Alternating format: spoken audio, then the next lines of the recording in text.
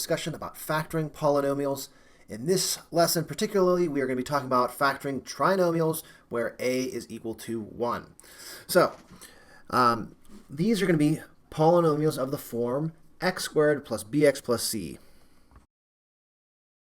So in our standard form of a polynomial, we know normally that a would be there in front of the x squared, but in this instance it is 1, so we have no coefficient other than 1 of x squared.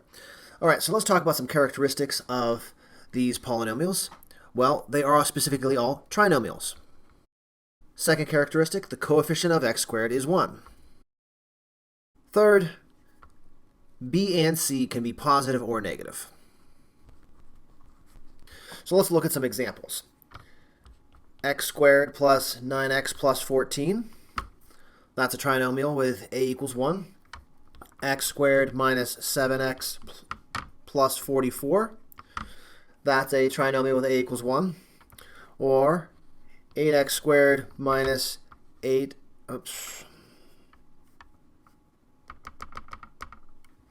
Or x squared minus 8x minus 15. All of those are trinomials where a is equal to 1. What are some non-examples? Something like 2x squared plus 5x plus 4. Something like x squared plus 8. The first one was not one of these types because we had a coefficient that was not 1 in front of x squared. This one is a binomial, not a trinomial. Even this, negative x squared plus 9x minus 14, is not of the type we're looking for. Okay, let's go through and play everyone's favorite game. Is it a trinomial where a equals 1? The first one, is it? No. Why not? That's 16 right there. That 16 is not 1. What about number 2?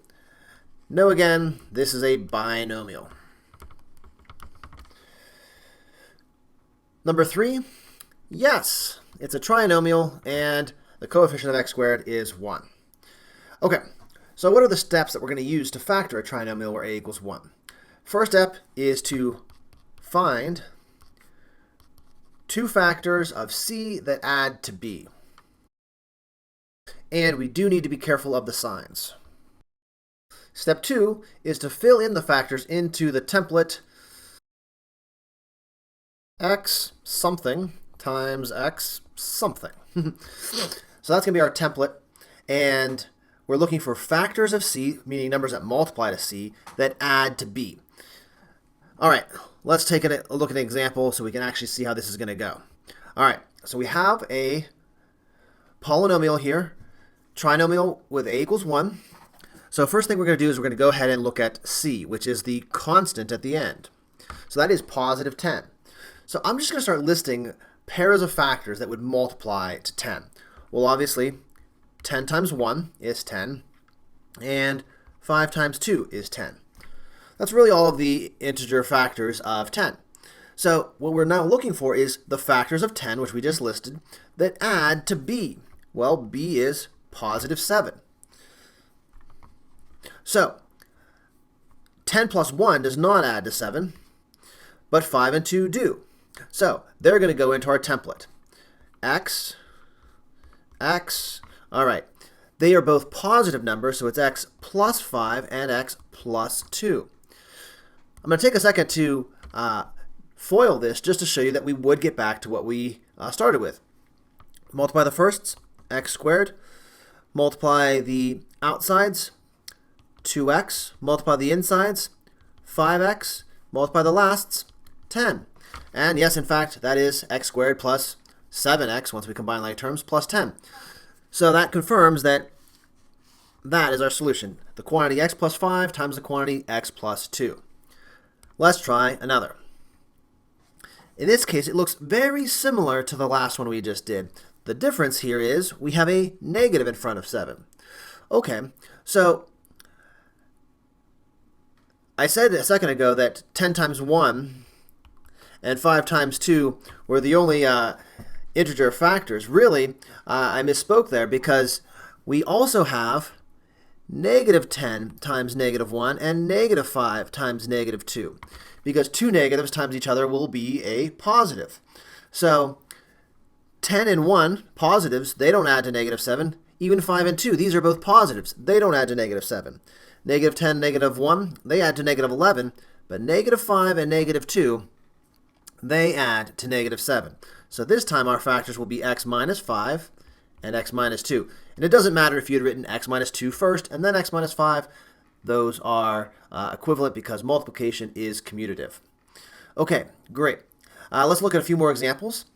The next example, we see a negative in the place of c, a negative 12. So when you see c is negative, the only way to get factors that are going to multiply to a negative is to have one of them positive and the other one negative. So we could have negative 1 and 12, or we could have 1 times negative 12. But neither of those is going to add to our coefficient b. A coefficient of x is 1. So that's our b term is 1. So 1 and 12 didn't work. You should hopefully be able to see that 2 times negative 6 and negative 2 times positive 6 don't work. Those give us negative 4 and 4. But if we look at, let's see, so 3 and 4, let's try 3 with negative 4. Well, that would add to negative 1. So we need negative 3 times 4. Negative 3 plus 4 would give us a positive 1, which is what we need for b, but they would multiply to negative 12. So it's important that the 3 is negative and the 4 is positive, because those will add to positive 1, but multiply to negative 12. Personally, I see this as a kind of a fun game to play, to try to find the numbers that are going to multiply together to get what we're looking for. Okay, for some reason, a problem like number 9 throws a lot of people off.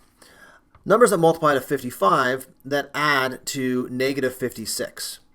Well, some people might think, okay, right away, 55, okay, that's 5 times 11. All right, well, if I need a negative b, I need really negative 5 and negative 11. Well, still, that's not going to add to negative 56. For some reason, the pair negative 55 and negative 1 eludes people. But those are the pair we want. They're going to add to negative 56. X minus 55 times x minus 1. Great. Now, because I'm mean and evil, you should expect to see some larger numbers from time to time. So when you see an example like number 10, where we have our c value is 208, and you're like, how do I figure out what's going to multiply together to give me 208? Well, start small. Start with any number that you know that goes into 208.